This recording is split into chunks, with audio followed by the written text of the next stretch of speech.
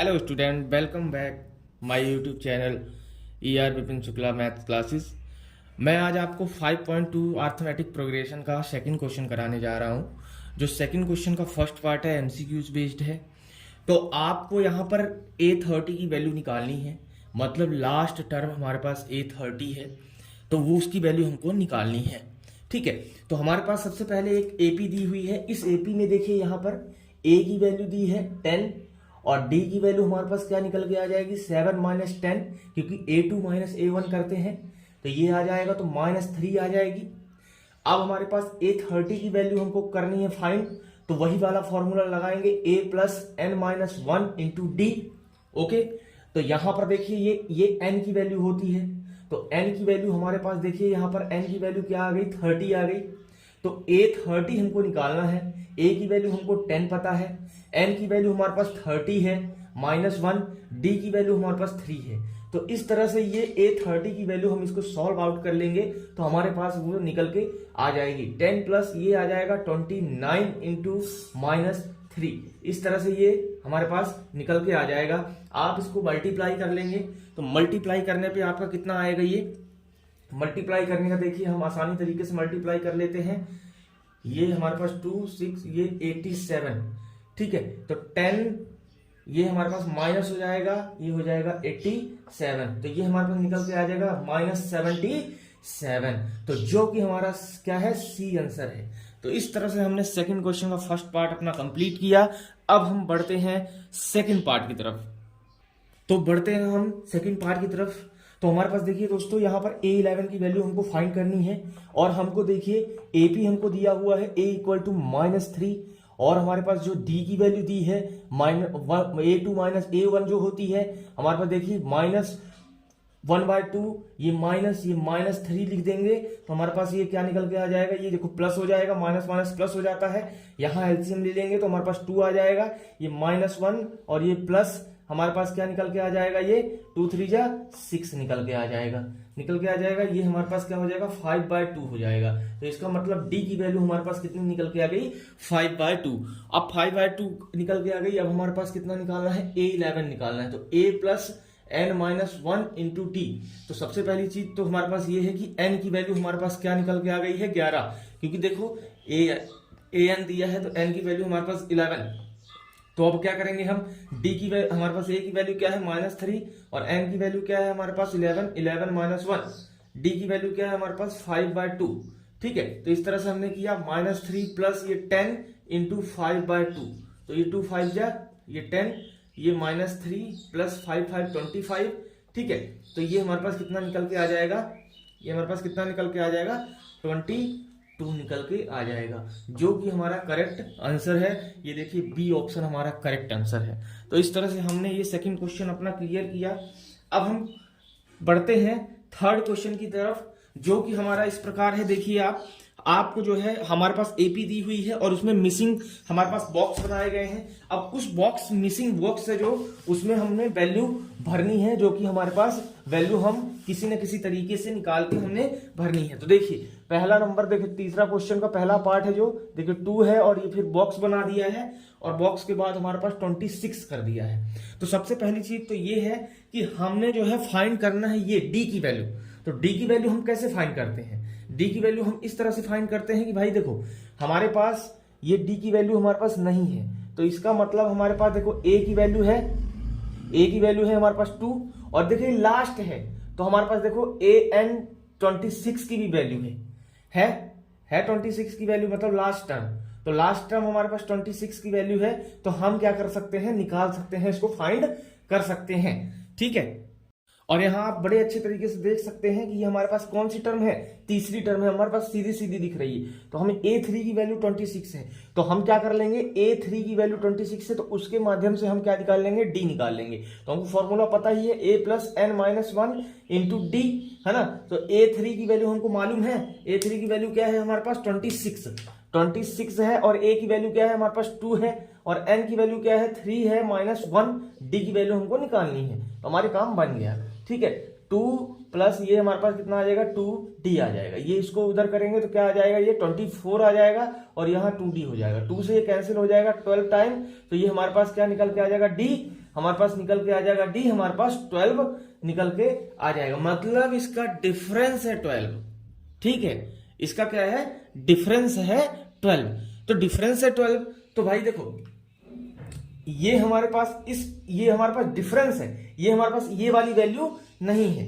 तो देखो जब हम 14 में से 2 माइनस करेंगे तब आएगा हमारे पास 12, ऐसा आएगा। तो हमारे पास यहाँ पर क्या निकल के आ जाएगा, 14 निकल के आ जाएगा, तभी तो हमारे पास डिफरेंस 12 आएगा ना, क्योंकि 26 से भी 14 माइनस करोगे तो 12 आएगा। तो इस तरह से हमारा ये डी की वैल्यू हमारे पास निकल के आ गई, जो कि हमारे पास सेकंड टर्म जो हमारा डी निकल के आ गया, जो कि हमने सेकंड टर्म फाइंड करने में हमको इजीली इसकी हेल्प मिल गई। अब हमको क्या करना है, अब हमको सेकंड पार्ट जो इसका दिया हुआ है, सेकंड पार्ट हमारे पास क्या दिया हुआ है, इसका सेकंड पार्ट आप देख सकते हैं, ये हमारे पास बॉक्स दिया हुआ है, फिर उसके बाद 13 लिखा है, फिर उसके बाद हमारे पास बॉक्स दिया है, फिर उसके बाद 3 लिखा है। तो सबसे बड़ी चीज है ए की वैल्यू निकालनी है, और ये हमारे पास थर्ड टर्म निकालनी है। और हमको गिवन क्या क्या दिया हुआ है, A2 की वैल्यू दी है, वो क्या दी है 13, और A4 की वैल्यू दी है क्या 3। तो हम इसी के माध्यम से जो है हम कौन सी निकाल लेंगे, अपना वैल्यू निकालेंगे। देखो a प्लस n माइनस 1, ठीक है, इंटू डी, ठीक है, into D, a plus n minus 1 into D, ठीक है। तो हमारे पास देखो n की वैल्यू हमारे पास देखो यहाँ पड़ी हुई है, n की वैल्यू पड़ी है हमारे पास, ठीक है। तो n की वैल्यू हमारे पास पड़ी है, तो हम यहाँ पर n की वैल्यू हम रख देंगे। देखो 4 माइनस 1 यहाँ पर आ जाएगा 2 माइनस 1, तो ये हमारे पास कितना निकल के आ जाएगा, देखो 13 तो हमारे पास पहले से ही था, तो हम क्या लिखेंगे 13 इक्वल टू ये आ जाएगा a प्लस यहाँ आ जाएगा d, ठीक है। ये आ गई हमारी फर्स्ट इक्वेशन। ये सेकंड वाले का क्या बनाएंगे हम, 3 इक्वल टू a प्लस क्या हो जाएगा 3d, ये हो जाएगी सेकंड इक्वेशन, ठीक है। अब इससे हम क्या कर देंगे, इसको माइनस कर देंगे, देखो माइनस कर देंगे, देखो माइनस करेंगे तो किस तरह से होगा, देखो माइनस माइनस माइनस, तो ये वाली कैंसिल हो जाएगी वैल्यू, और ये माइनस हो जाएगी तो क्या आ जाएगा माइनस 2d आ जाएगा, ये माइनस हो जाएगी तो इससे क्या हो जाएगा, ये 10 आ जाएगा। अब 10, ठीक है, तो 10 आ गया हमारे पास। तो देखो 2 से ये हमारे पास कितना निकल गया, 5 टाइम निकल गया, मतलब d इक्वल टू माइनस 5 हमारे पास निकल के आ जाएगा। तो d इक्वल टू माइनस 5 हमारे पास निकल के आ जाएगा। तो इसका मतलब ये है कि हमारे पास इनमें दोनों में डिफरेंस कितना होना चाहिए, -5 का डिफरेंस होना चाहिए। तो कैसे होगा -5 का डिफरेंस, -5 का डिफरेंस कैसे होगा बताइए। -5 का डिफरेंस हमारा इस प्रकार होगा कि हम जो है 18 में से जो है 13 को माइनस कर देंगे, मतलब 13 में से 18 को माइनस कर देंगे, तो हमारे पास क्या आ जाएगा -5 निकल के आ जाएगा। और हम उधर साइड देखिए 3 में से क्या कर देंगे, -5 को कर देंगे, तो हमारे पास क्या आ जाएगा 8 आ जाएगा। तो हमारे पास निकल के क्या आ जाएगा, यहाँ पर देखो दोनों स्थान में क्या आ जाएगा, यहाँ आ जाएगा 18 और यहाँ पर आ जाएगा 8, क्या आ जाएगा 8 आ जाएगा, ठीक है। तो इस तरह से हमारा क्या निकल के आ जाएगा, ये देखिए यहाँ पर 13 था, यहाँ 18 था, तो इसको 13 में से 18 माइनस करेंगे तो -5 आएगा। यहाँ 8 हमने रखा, तो 8 में से 13 माइनस करोगे तो -5 निकल के आएगा। तो इस तरह से हमारा क्या बनता है, इस तरह से हमारी एक सीरीज बन जाती है। अब हम करेंगे थर्ड पार्ट।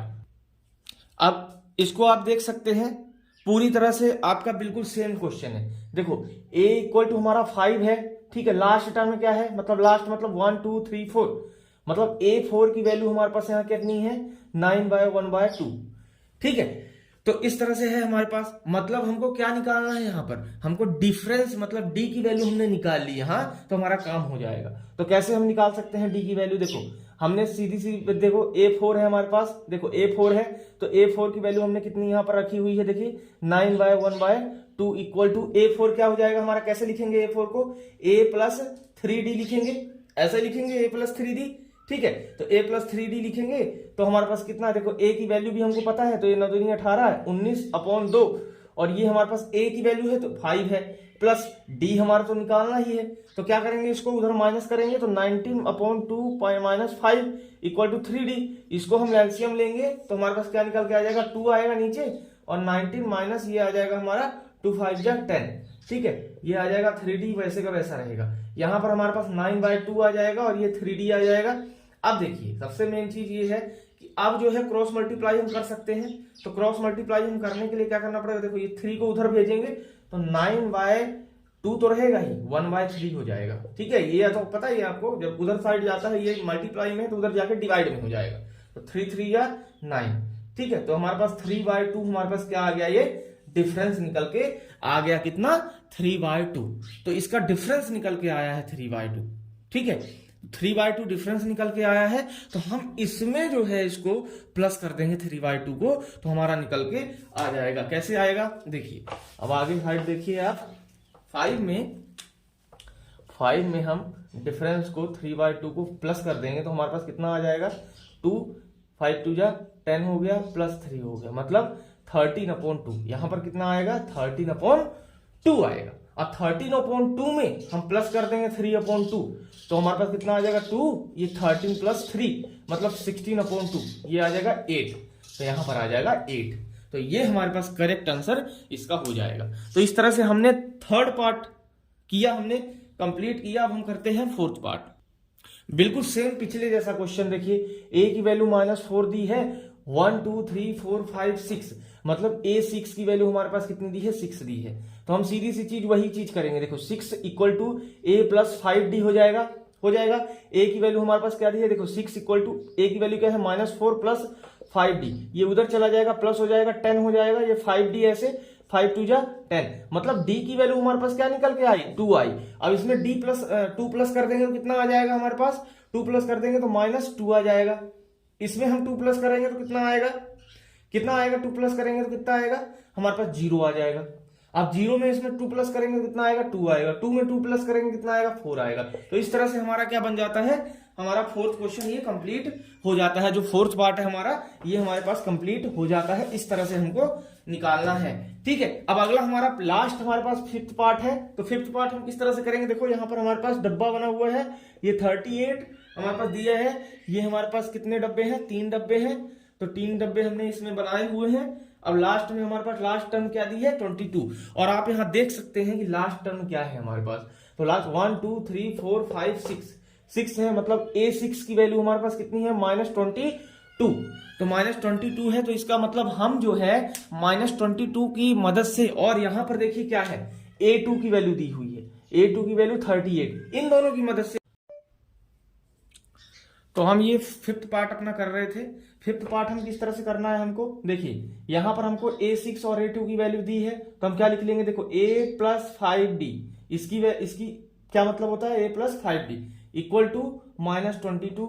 इसका क्या मतलब होता है, a + d = 38। ठीक है, अब इसको हम क्या कर लेंगे, माइनस कर लेंगे। ठीक है, माइनस कर लेंगे एलिमिनेशन मेथड से। तो ये देखो हमारा कैंसिल हो जाएगा, यहाँ पर क्या निकल के आ जाएगा, ये 4d निकल के आ जाएगा। और जब इसको माइनस करेंगे तो यहाँ पर -16 निकल के आ जाएगा। 4 से ये कैंसिल करेंगे तो -15 निकल के आ जाएगा। तो d हमारा क्या हो गया, -15 निकल के आ गया। क्या निकल के आ गया, d -15 निकल के आ गया। अब -15 को हम क्या करेंगे, इसमें प्लस करेंगे। तो 38 में -15 को हम प्लस करेंगे तो देखो क्या निकल के आएगा हमारा, ये हमारा निकल के आएगा, देखो यहाँ 3 है ना, यहाँ हमारे पास कितना निकल के आ जाएगा, 2 निकल के आ जाएगा। तो हम इसको देखो, जब हम माइनस करेंगे 23 में से 38 को तो -15 आएगा। अब देखो ये इससे जब 15 माइनस कर देंगे तो हमारा कितना आ जाएगा, ये 13 में से 5 गया, कितना आएगा, 8 आएगा। और यहाँ हमारे पास 0 आ जाएगा। तो ये हमारे पास यहाँ पर निकल के कितना आ जाएगा, 8 आ जाएगा। और हम क्या करेंगे, देखो अब हम क्या करेंगे, अब जो हमारे पास देखो ये वाली टर्म तो आ गई हमारे पास।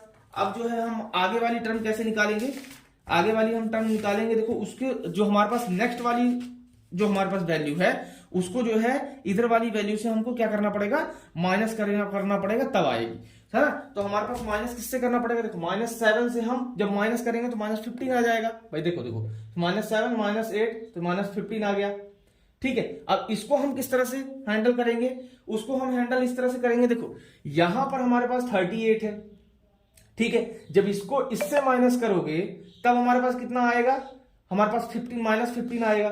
तो हम किसको क्या करेंगे, हम जो है 53 से 38 को 53 से माइनस कर देंगे तो हमारे पास -15 आ जाएगा। तो इस तरह से हमारे जो है चारों पार्ट्स जो है निकल के आ गए। तो इस तरह से हमारा ये क्वेश्चन था, हमारा ये कि क्या हुआ, हमारा थर्ड जो क्वेश्चन है उसके सभी पार्ट कंप्लीट हुए। यदि आपको अच्छा लगता हो तो आप इसको सब्सक्राइब करिए, अपने दोस्तों को बताइए और शेयर करिए। धन्यवाद।